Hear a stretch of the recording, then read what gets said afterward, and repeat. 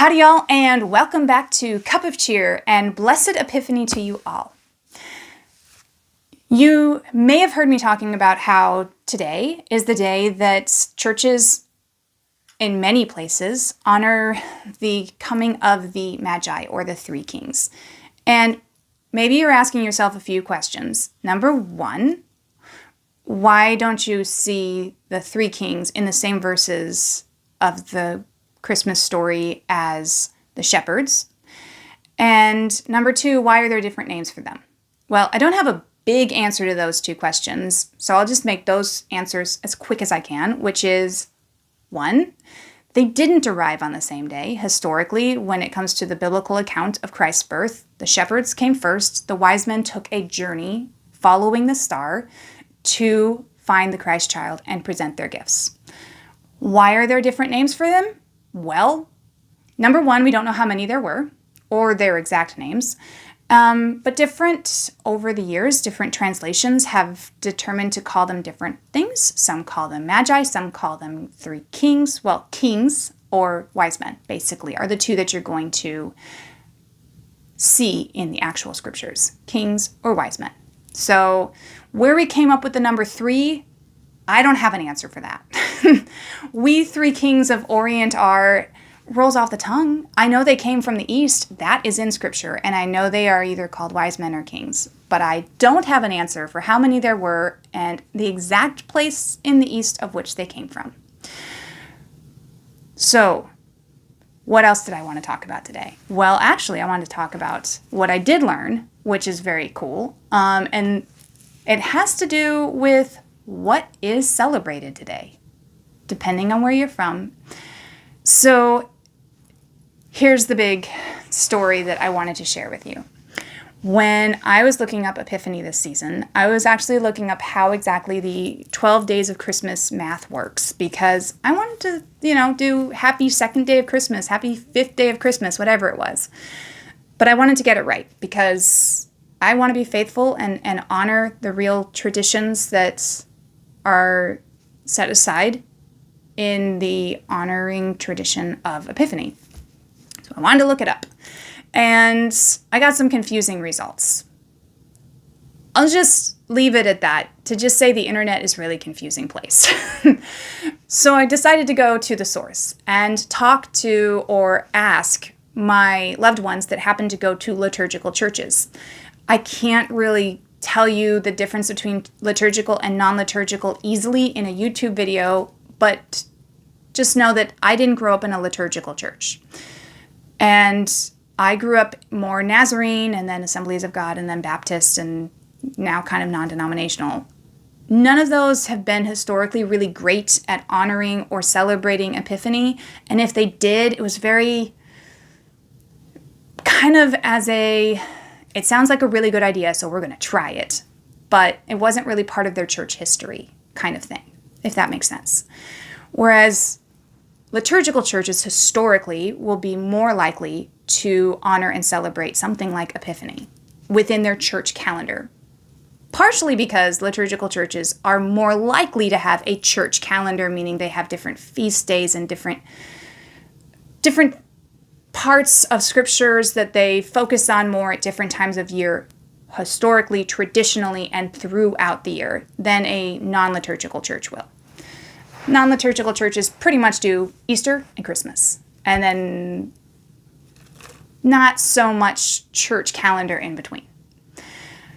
I don't know if that helps at all, but that at least gives you a foundation for what I'm about to say. So I decided to reach out to my liturgical church-going loved ones and family members and ask them if they celebrate and honor Epiphany these days, and if so, how do they or their church do so? I got a couple responses back that didn't surprise me at all. The first couple were basically that their church didn't do a lot for Epiphany, but they did at least do one church service that honored it. Sometimes they did more than one, but it wasn't like several days. Within those 12 days, it was usually like one or two church services that would commemorate that time between Christmas and the Magi coming. And Both responses also said that Epiphany, or January 6th, was the day that was traditionally celebrating, honoring the coming of the Magi to the Christ child to present their gifts. So I was like, oh, okay, so no matter what the internet might say, at least I've got that right. I do know what day it should be on. Okay. And then I got the response from my brother. And I was very surprised. Because in his church, which is an Eastern Orthodox church, they actually celebrate the Three Kings' arrival on Christmas. And then they have other days in their calendar that celebrate. I'm not exactly sure what they celebrate in between, but I do know that on January 6th, it's not the wise men that they're celebrating. They are honoring and celebrating the baptizing of Christ. Now, all of this is very new to me, and so if I get a little bit of the middle part wrong, I'm so sorry. I want to honor it and get it right. And I'm just so blown away by this new news that I just felt like I had to share it while it was fresh in my heart. Because so many times we argue about whether, somebody gets it right in how we honor or celebrate Christmas or the calendar and how that works. But I find it really cool, no matter how things changed over the years, from some churches that would combine Christmas and the wise men coming, and how some churches decided to spread that out.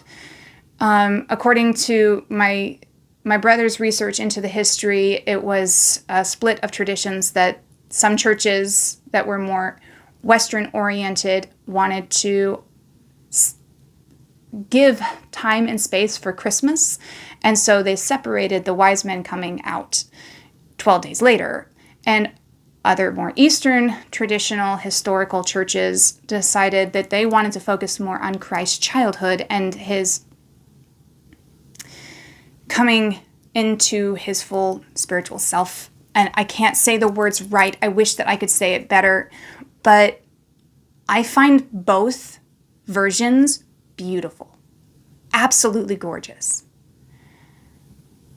I grew up in a church that sometimes would celebrate the Advent season, our journeying into preparing our hearts for Christ's, the honoring of Christ's arrival to this earth in his earthly form. And then, as I was growing up, learning that churches would then go and honor the journey of the wise men. And I do find that very beautiful to take that time and breath to think about how we could honor that time and space of bringing our best to Christ.